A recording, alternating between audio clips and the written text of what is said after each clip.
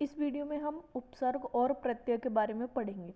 उपसर्ग का अर्थ क्या है पहले ये देख लेते हैं। उपसर्ग दो शब्दों से मिलकर बना हुआ है, उप और सर्ग। उप का अर्थ है समीप और सर्ग का अर्थ है सृष्टि करना, अर्थात किसी शब्द के समीप आकर नया शब्द बनाना। उपसर्ग की परिभाषा क्या है? जो शब्दांश शब्दों के आरंभ में जुड़कर उनके अर्थ में कुछ विशेषता लाते हैं या परिवर्तन कर देते हैं, वे शब्दांश उपसर्ग कहलाते हैं। जैसे हार शब्द का अर्थ है पराजय, किंतु इसी शब्द के आगे प्र शब्दांश को जोड़ने से नया शब्द बनेगा प्रहार, प्रधन हार, जिसका अर्थ होता है चोट करना या हमला करना। ऐसी हार के आगे अगर आ शब्दांश को लगा देते हैं तो शब्द बनेगा आहार, जिसका अर्थ होता है भोजन। हार के आगे उपसर्ग लगाते हैं वी तो क्या बनेगा? विहार, जिसका अर्थ होता है घूमना। हिंदी में प्रचलित उपसर्ग, हिंदी में 5 प्रकार के उपसर्ग प्रचलित हैं। सबसे पहला है संस्कृत के उपसर्ग। संस्कृत के उपसर्ग की संख्या होती है 22। हिंदी के उपसर्गों की संख्या है 13। उर्दू और फारसी के उपसर्ग, इनकी संख्या है 19। अंग्रेजी के उपसर्ग और उपसर्ग के समान प्रयुक्त होने वाले संस्कृत के अव्यय, ये हिंदी के उपसर्ग प्रचलित हैं। संस्कृत के उपसर्ग कौन कौन से हैं इनको देख लेते हैं। संस्कृत के उपसर्गों की संख्या 22 है। पहला है अति। अति का उदाहरण है अत्यंत, अतिरिक्त, अधि, अधिकार, अधिनायक, ये अधिकार अधिनायक उदाहरण है इनके। अनु, अनुधनचर, अनुचर, अनुधनसार, अनुसार। अप, अपयश, अपमान। अभि, अभियान, अभिमान। अव, अवगुण, अवतार। आजीवन, आगमन। उत, उत्कर्ष, उत्तम। उद, उद्गम, उद्भव। उप, उपयोग, उपवन। दुर, दुर्जन, दुराचार। दुस से शब्द बनेगा दुस्साहस, दुष्कर्म। निर संस्कृत का उपसर्ग है, इससे शब्द बन सकते हैं निरपराध, निर्जन। निश्चित, निश्चल। निवासी, निषेध।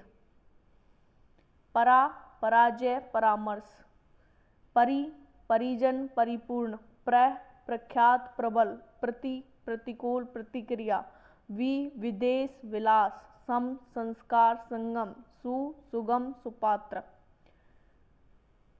अब इनको कैसे पढ़ना है? इनको बार बार जब आप बोलोगे, जैसे अति, अधि, अनु, अप, अभि, अव, आ, उत, उद, उप, दुर, दुस, निर, निस, नी, परा, परि, प्र, प्रति, वी, सम, सु, ये संस्कृत का उपसर्ग है। 3-4 बार इनको पढ़ोगे तो आपको ये अपने आप ही याद हो जाएंगे, और ये याद हो जाएंगे तो आधे से ज्यादा शब्दों का आप उपसर्ग पहचान पाएंगे कि कौन सा उपसर्ग है इसमें। हिंदी के उपसर्ग कौन कौन से हैं?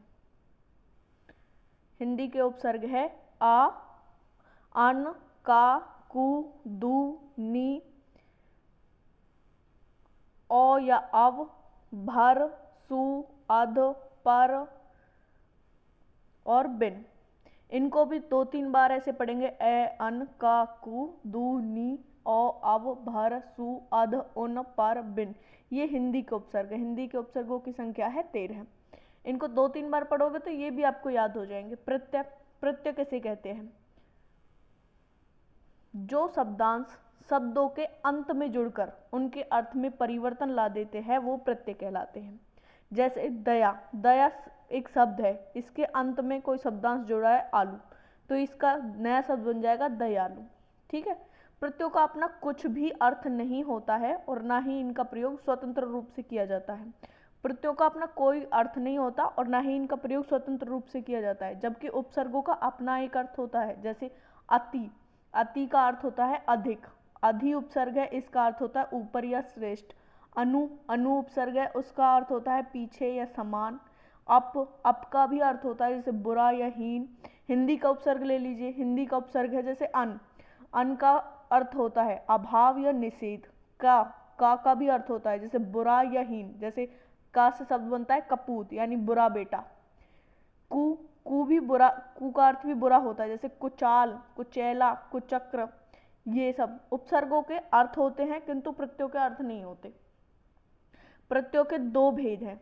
प्रत्यय के कितने भेद है? प्रत्यय के 2 भेद है, कृत प्रत्यय और तद्धित प्रत्यय।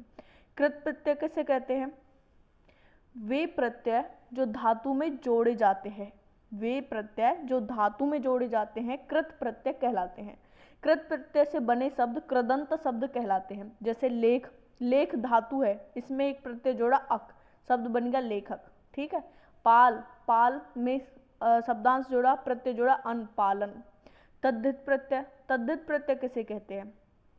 वे प्रत्यय जो धातु को छोड़कर अन्य शब्दों जैसे संज्ञा, सर्वनाम व विशेषण में जुड़ते हैं, तद्धित प्रत्यय कहलाते हैं। तद्धित प्रत्यय से बने शब्द तद्धितांत शब्द कहलाते हैं। जैसे सेठ, धन आनी, सेठानी, धन धनवान, धनवान, ग्राम, धन इन, ग्रामीण।